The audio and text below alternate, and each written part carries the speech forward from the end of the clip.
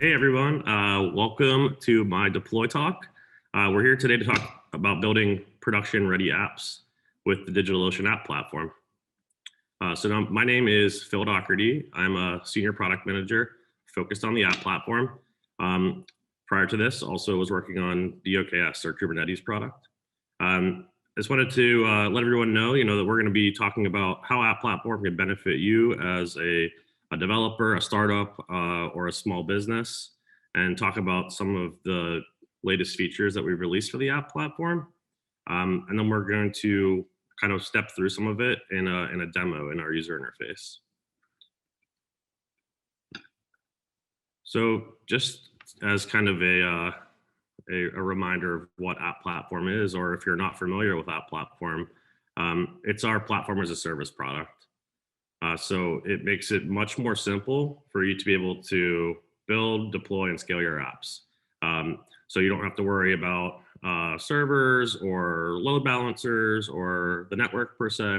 Can really focus more in on your code. So it takes a lot of the hassle out of getting your app deployed to the cloud.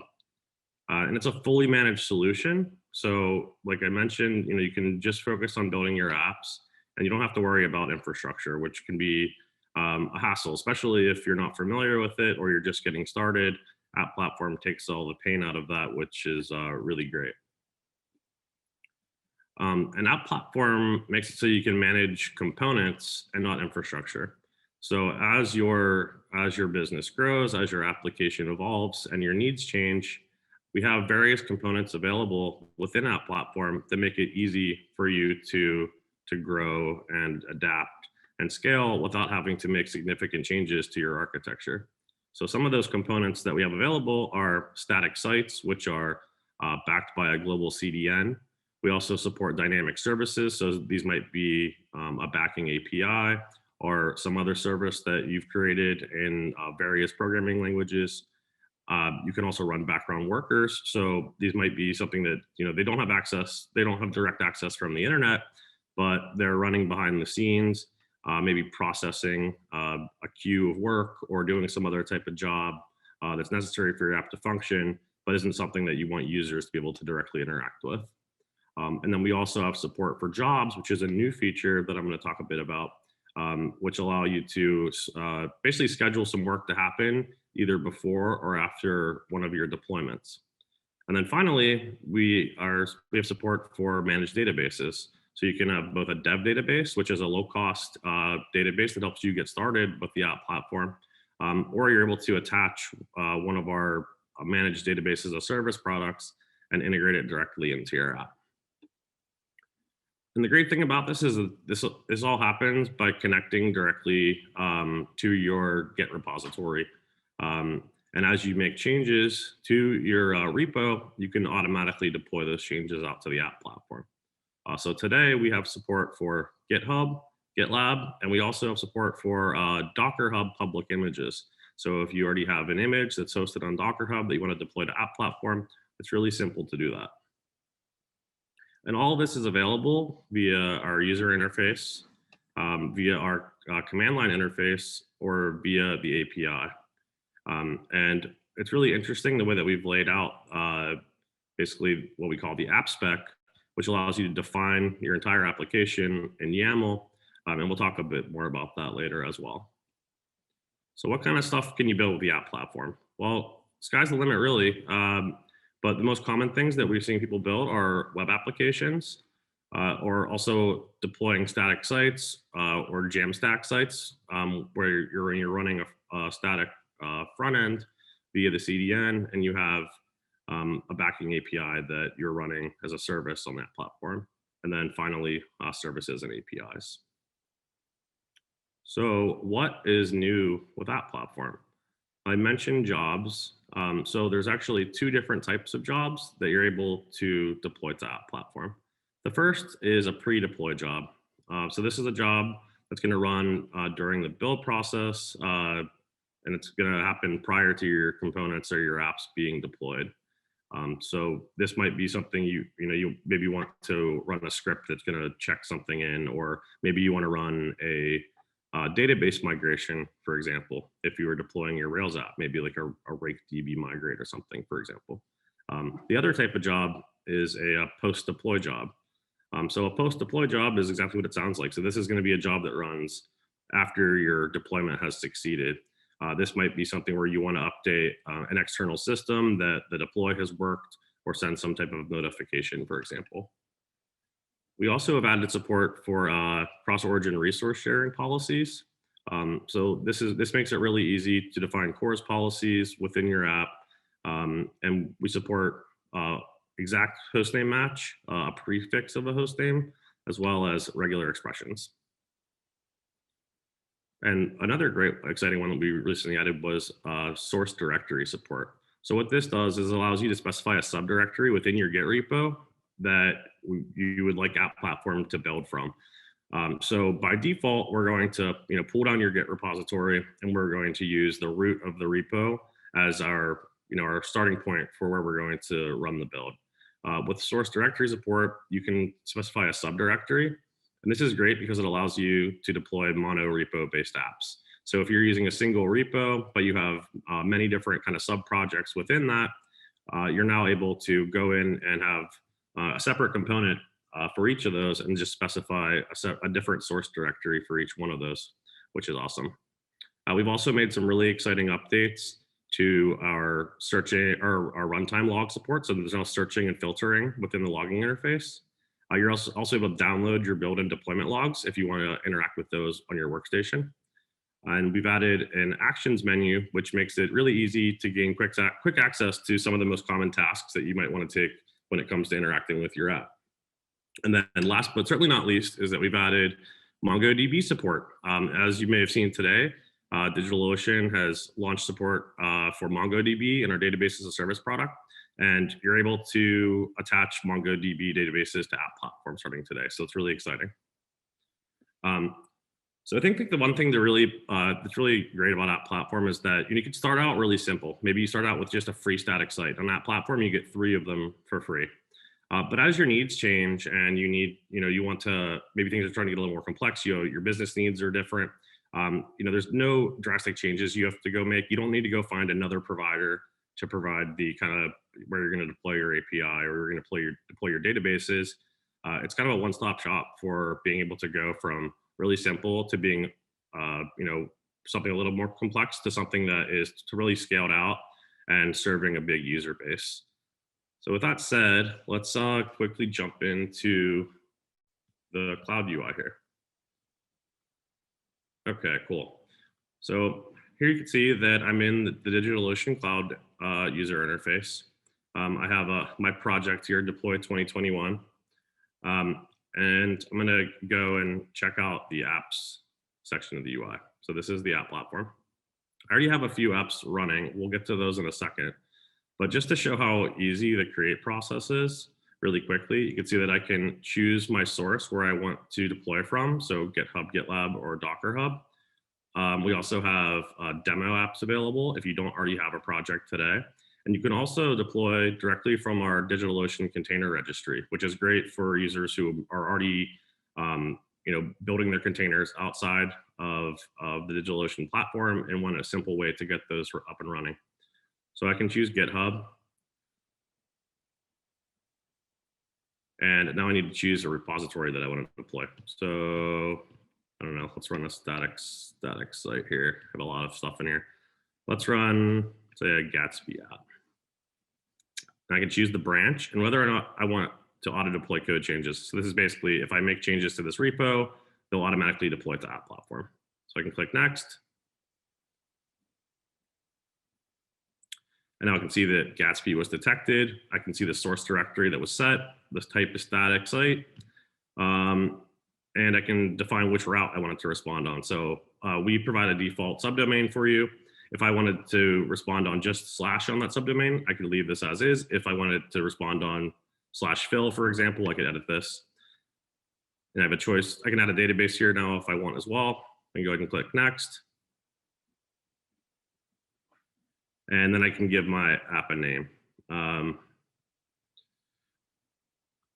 Click next, and I'm provided with information around the price and the tiers.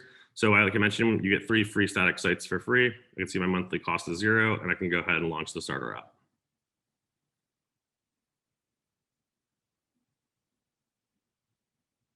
So that's going to now begin provisioning. It's going to pull down my source code, and it's going to build it and push it out to the CDN. And I'm able to view the logs of the build as it's happening, so I understand what's going on.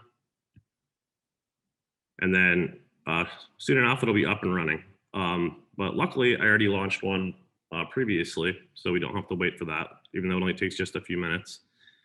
So let's check out my starter app here.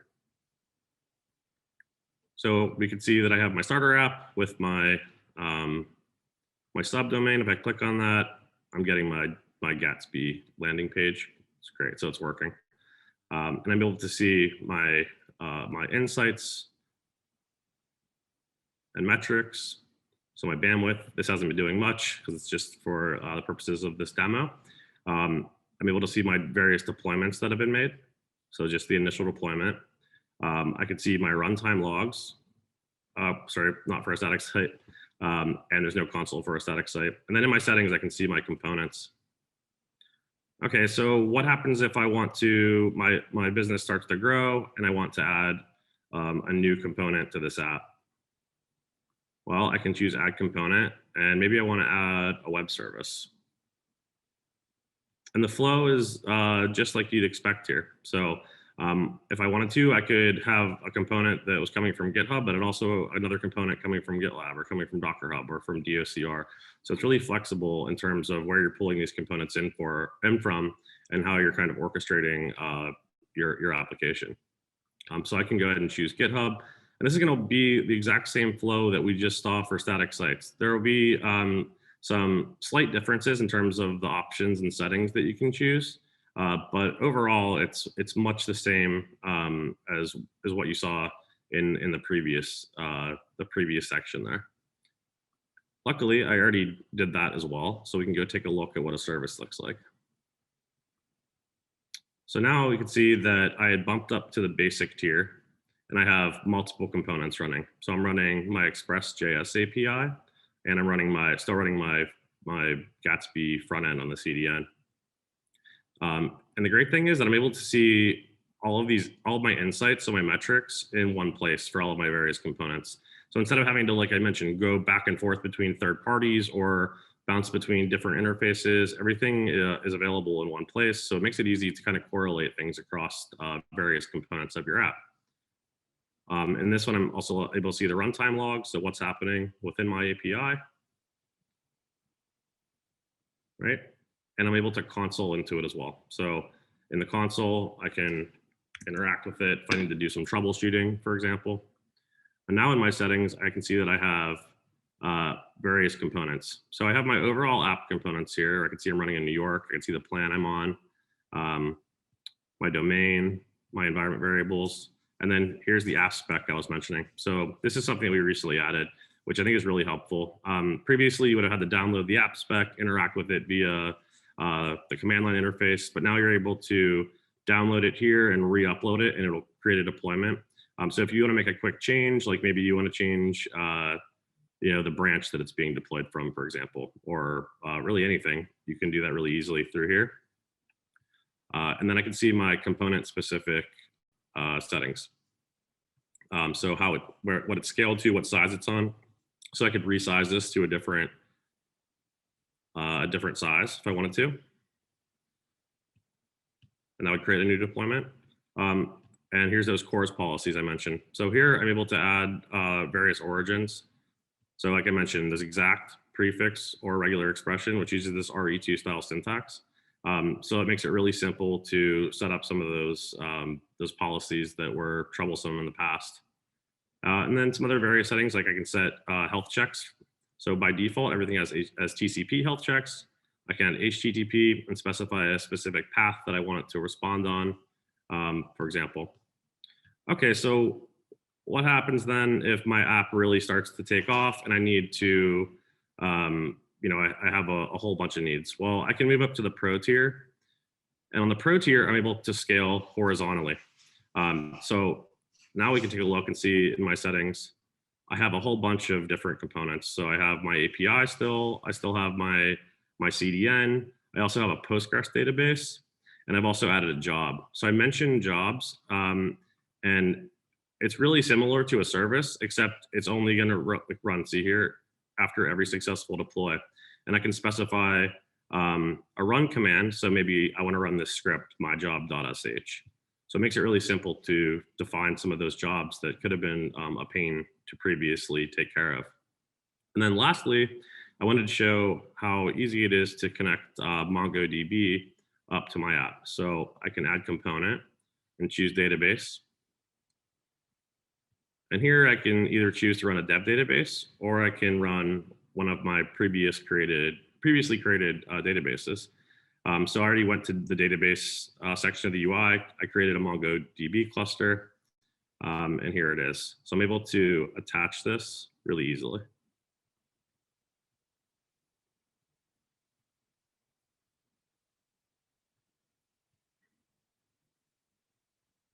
So those are some of the latest features that we've added. We have a whole lot more exciting features coming to App Platform over the next couple of months that we can't wait to share with you. And I appreciate you coming here today to spend some time with me, checking out some of the latest features that we've added to App Platform. And we have a couple of minutes left, so we may be able to answer some questions here. Looks like one came in. How can I get more information about securing my backend APIs and protecting them from getting misused? Does DigitalOcean provide any way to fight back on API misuse, like AI-based analytics tracking, et cetera? So everything, we partnered with Cloudflare for App Platform. So all of the traffic for your app is flowing through Cloudflare and is provided with their security features, as well as with DDoS protection. And we take every precaution we can to ensure that we're securing your applications using best practices. Outside of that, it might be more specific things that you're interested in, and maybe if you want to put some more specific questions in the speakers channel in Discord, I might be able to answer a little more clearly. The next question was, am I in control when apps deploy code from GitHub? Yeah, so if you can go ahead and set you want to auto deploy on or not. So if you have auto deploy enabled, then every time you merge into that branch, we'll automatically deploy it. Otherwise, you can go into your app. Let's see here.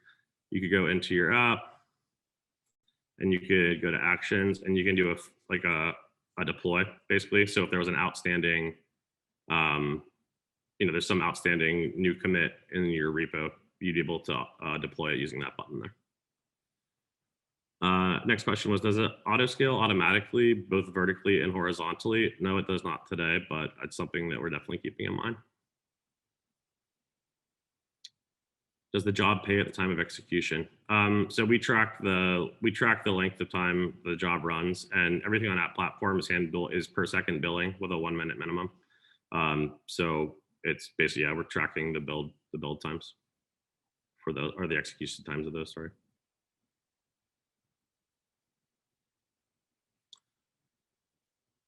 Does App Platform support Swift Vapor projects made in Xcode?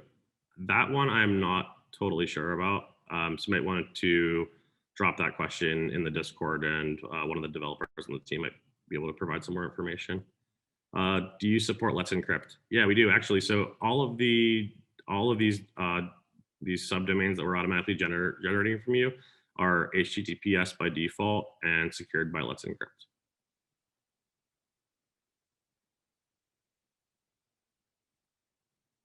Another question came in. How can app service communicate with each other locally without going over the internet for API calls? Sure. So App Platform is based on Kubernetes.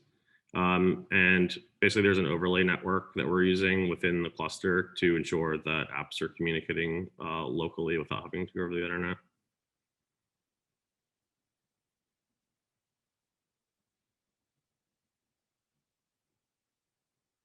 Cool. Looks like we're out of time. Thank you so much, everyone, for joining today. And if you have any other questions, please join the Deployed Discord, and I'll be sticking around for a while to answer some additional questions in the speakers channel. Appreciate it. Thank you.